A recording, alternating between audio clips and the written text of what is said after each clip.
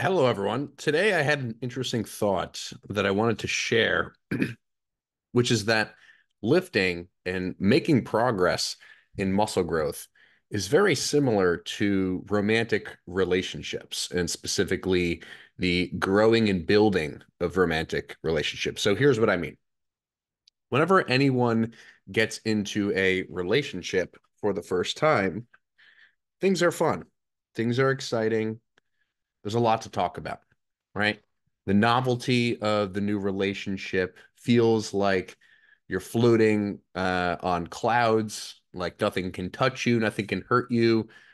Oh my God, this is going to be the best thing ever for the longest time ever, and nothing is going to get in our way, right? And then a couple of weeks into the relationship, maybe you have your first argument, right?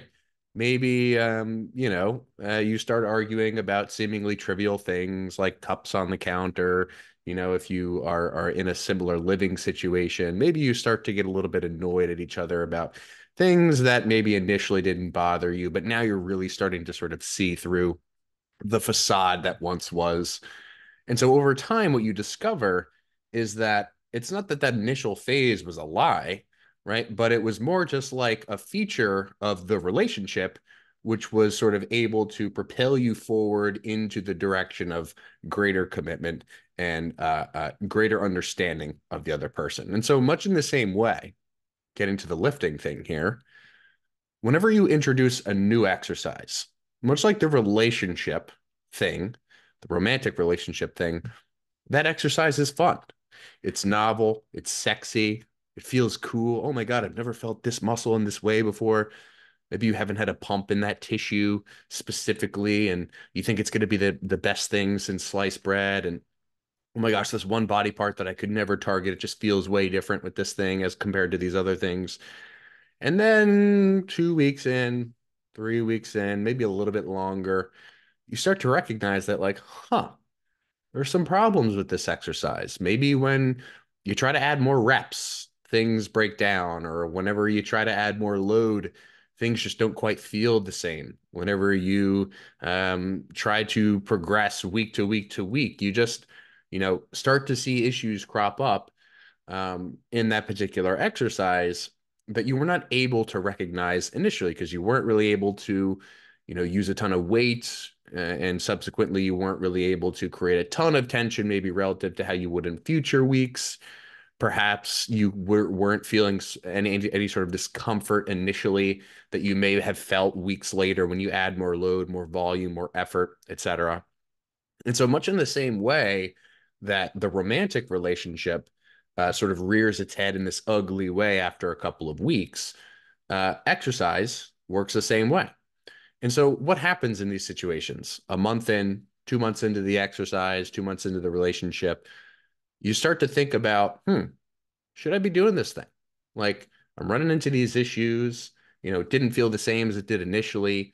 This is the honeymoon phase, right? And so at this point, you're left with a choice. You are left with, do I commit myself to this person or this exercise?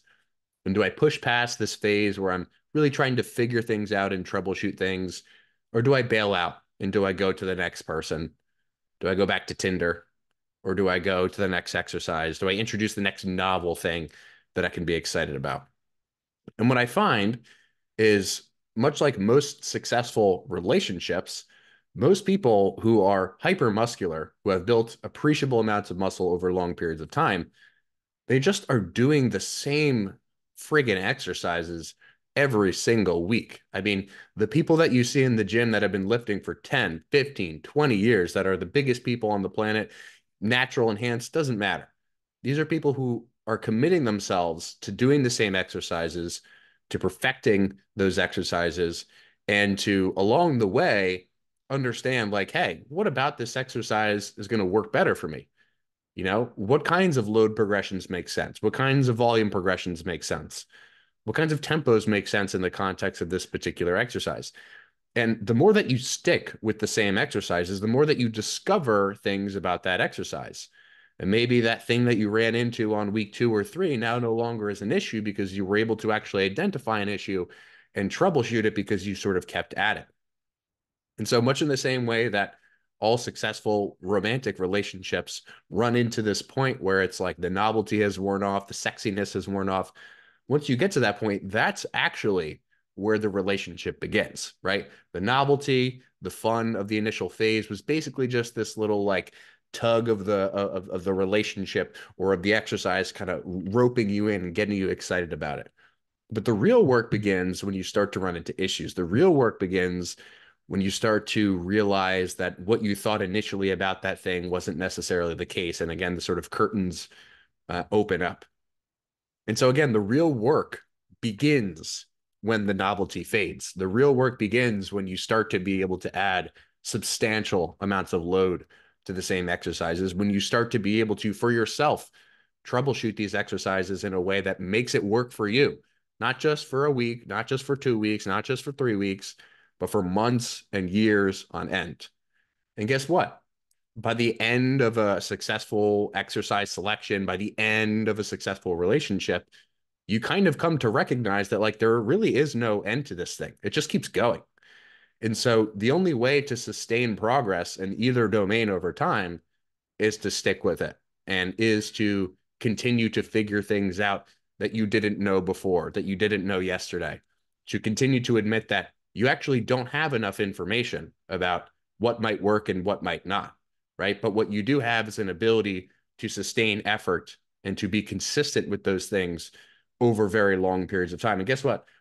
Those relationships that are successful, the people who are successful in the gym, those are people who have really just admitted to themselves that like, hey, this isn't always going to be pretty. This isn't always going to be easy. I'm not always going to want to do it.